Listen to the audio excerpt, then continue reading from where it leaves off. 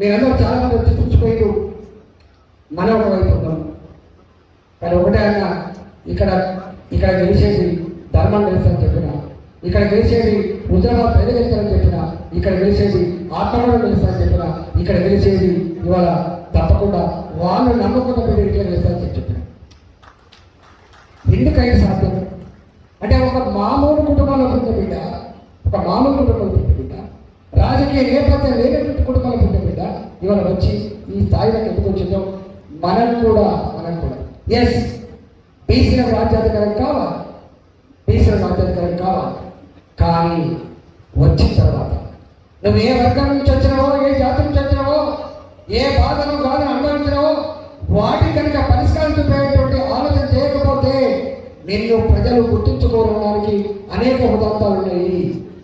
ఇవాళ హక్కులు ఎప్పుడు కూడా ఒకటిస్తే వచ్చే కాయో పండు కాదని, అది పోరాడితే తప్ప రాదు. అది ఒళ్ళు మంచి పనిచేసి ఎస్ నేను మా నియోజకవర్గంలో ఎమ్మెల్యే టికెట్ కావాలని చెప్పినప్పుడు భావిస్తే ఆ కార్యాచరణ దగ్గర ఉండాలి, ఆ కార్యాచరణ దగ్గర ఉండాలి.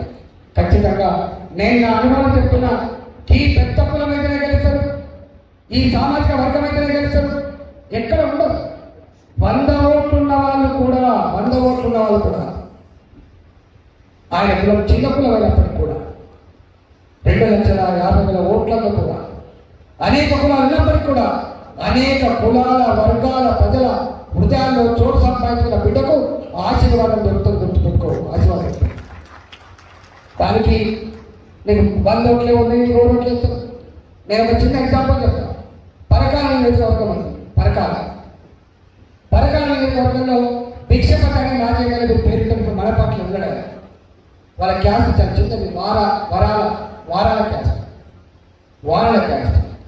నేను పోయినా ఆనాడు కేసీఆర్ గారు, అవును ఇక్కడ నాయకుడు భిక్షపతే, మీరు టికెట్ ఇవ్వాలని చెప్పి అడిగాను. అంటే వాళ్ళ కులం చాలా చిన్న ఉంటుంది, మన ఇతర పరిస్థితులు గెలవలేము, మనం ఈ బయలుదేరు వాళ్ళు విరుచుకపడతారు మన మీద అని చెప్పి నేనన్నా, ఆ బిడ్డ కులం చిన్న కులమే కావచ్చు దాకా వారు ప్రజల ఉదయంలో చోటు సంపాదించిన బిడ్డ, మీరు ఇవ్వండి, గెలిపించి తీసుకొస్తామని చెప్తున్నాను. ఇచ్చి మంచిగా బ్రహ్మాండంగా బై ఎలక్షన్స్లో గెలిచామంటే నువ్వు అర్థం చేసుకో ఎంత కష్టంతో గెలిచిన బిడ్డ. మనం అంటే ఎందుకు చెప్తుంది మాట అంటే మనం అప్పుడు అనుకుంటూ ఉంటాం, ఆత్మనిర్భర భావంతో ఉంటాం. మనం ఆత్మనిర్భర భావంతో ఉంటాం. ఆత్మనిర్భర భావంతో ఉండకూడదు. మన డిక్షనరీలో సాధ్యం కాదు ఏది లేదనే మాట ఉండాలి తప్ప, ఇది సాధ్యమైతే అని చెప్పి సంశయాలు ఉంటే సక్సెస్ కాదు మనిషి ఎక్కడ కూడా. అందుకనే అబ్దుల్ కలాం ఒక మాట చెప్తారు, కళ్ళు కనండి, అవి ఆచరణ చేయడానికి దానికి ఒళ్ళు వంచి పనిచేసి కృషి చేయని చెప్తారు. ఇవాళ నరేంద్ర మోడీ గారు కూడా అంటారు, ఎస్ ఇవాళ నరేంద్ర మోడీ గారు మనకిచ్చే ప్రతిసారి ఇచ్చే సందేశం ఏంటి, ఇవాళ ఎక్కడ కూడా చిన్న వాళ్ళను తక్కువ వాళ్ళనే భావంతో ఉండకూడదుగా, మేము అన్నిట్లో ఉన్నతమైన భావంతో ఉండమని చెప్తుంది. అందుకే ఇవాళ అమెరికాలో జరిగినటువంటి మన ప్రధానమంత్రి గతంలో మనం ఏదో చిన్న వాళ్ళమైనట్టుగా ఇట్లా వెలవెల్లగా ఉంది. కానీ ఇవాళ భాజపా నరేంద్ర మోడీ గారు ఆయన చేతిలో చేయగలిగి, భాజపా ఆయన భుజం మీద చేయగలిగినటువంటి సత్తా ఇవాళ భారతీయ ప్రధానమంత్రిగా మనం చదువుతున్నాం. చైనాకు పోయినా, మనం బ్రిటన్కి పోయినా, ప్రపంచం ఏ దేశానికి పోయినా కూడా ఇవాళ భారతదేశానికి ఒక గొప్ప గౌరవం గుర్తింపు రావడానికి కారణం నరేంద్ర మోడీ గారు. ఎస్ ఈ ప్రపంచంలో 2వ అతిపెద్ద దేశంగా ఉన్న దేశం కాబట్టి నేనే గొప్పవాణ్ణి. అన్నిటికంటే ముఖ్యంగా ఈ ప్రపంచంలోనే యువశక్తి కలిగిన దేశం కూడా నా దేశమే చర్చిస్తానని చెప్తున్నారు.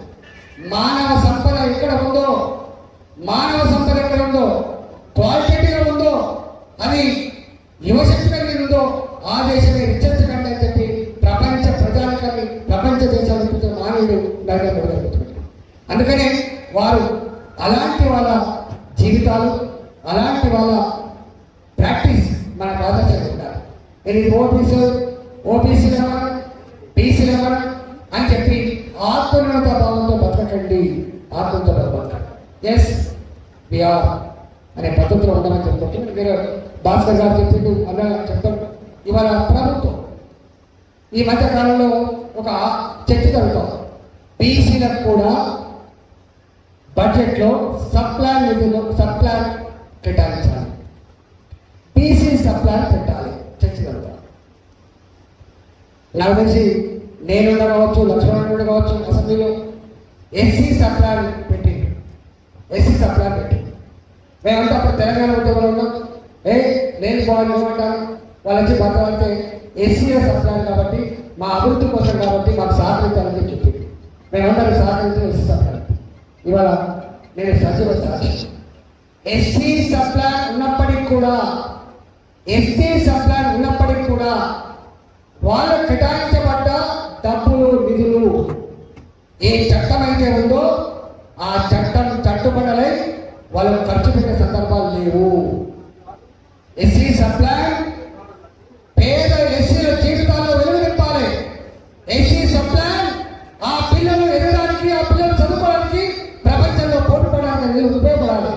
ఎస్సీ సప్లాన్ వాళ్ళ గుడిసెలు మార్చాలి, ఎస్సీ సప్లాన్ వాళ్ళ ఆకలి తీర్చాలి, ఎస్సీ సప్లాన్ వాళ్ళ వాడల దుస్థితి మార్చాలి. కానీ ఇక్కడ మామూలు ఆ ఎస్సీ సప్లాన్ ఇవాళ కాళేశ్వరం ప్రాజెక్టులో కట్టబడి ఖర్చు పెట్టబడి డబ్బులలో ఈ ఎస్సీల జనాభా ప్రకారంగా దాన్ని కూడా మాట్లాడాలి. తలను అడిగి కాళేశ్వరం ప్రాజెక్టు కింద మాకేం భూముల్లో పెట్టావా, కానీ మా నీళ్ళు తీసుకొని కట్టబడుతున్నారు. మేము కొట్లాడింది, మా నీళ్ళు కేటాయించింది మా సమస్యల పరిష్కారం కోసం కదా, మా కాలనీ నిలబడడానికి ఆర్థిక ప్రణాళిక చెప్పి వాళ్ళు అడిగిండ్రు.